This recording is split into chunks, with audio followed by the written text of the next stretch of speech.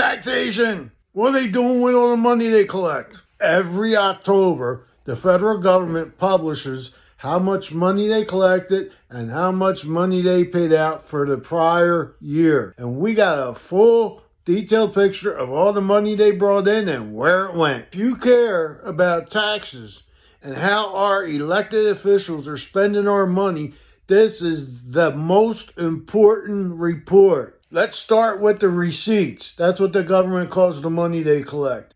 Just a tiny bit more than half of the total receipts come from personal income tax, the biggest source of revenue for the government. So now let's talk about the corporations.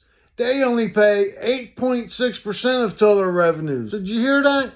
We ordinary citizens are paying half of all revenues. Corporations are only paying 8.6% of revenues. Tariffs, it ballooned. It's up 153% compared to 2024. For 25, we collected $195 billion. Where'd that extra tariff revenue come from? Me, you, maybe a little bit from corporate profits. The U.S. federal government is ran primarily on money from us ordinary citizens. Moving on to outlay. Well, for starters, and probably the biggest expense, is the Department of Health and Human Services, right? They spent about $1.8 trillion in 05.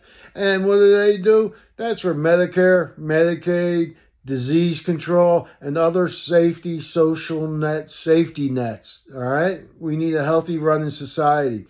Then there's the Treasury Department. They spent about $1.5 trillion in fiscal year 25. And the majority, almost all of it, was interest expense paid on our nation's debt. All right? Think of that. And it takes away from what other stuff we can be working on. Speaking of defense, they spent $868 billion.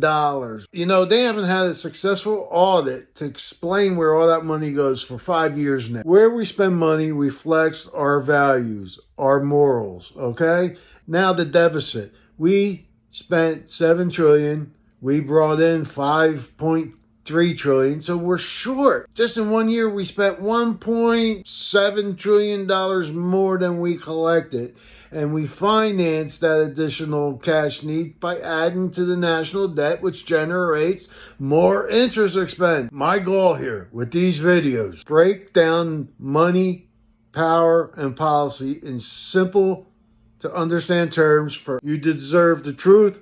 Simply stated, no spin, no bullshit. Substack and YouTube. Econ without the ego.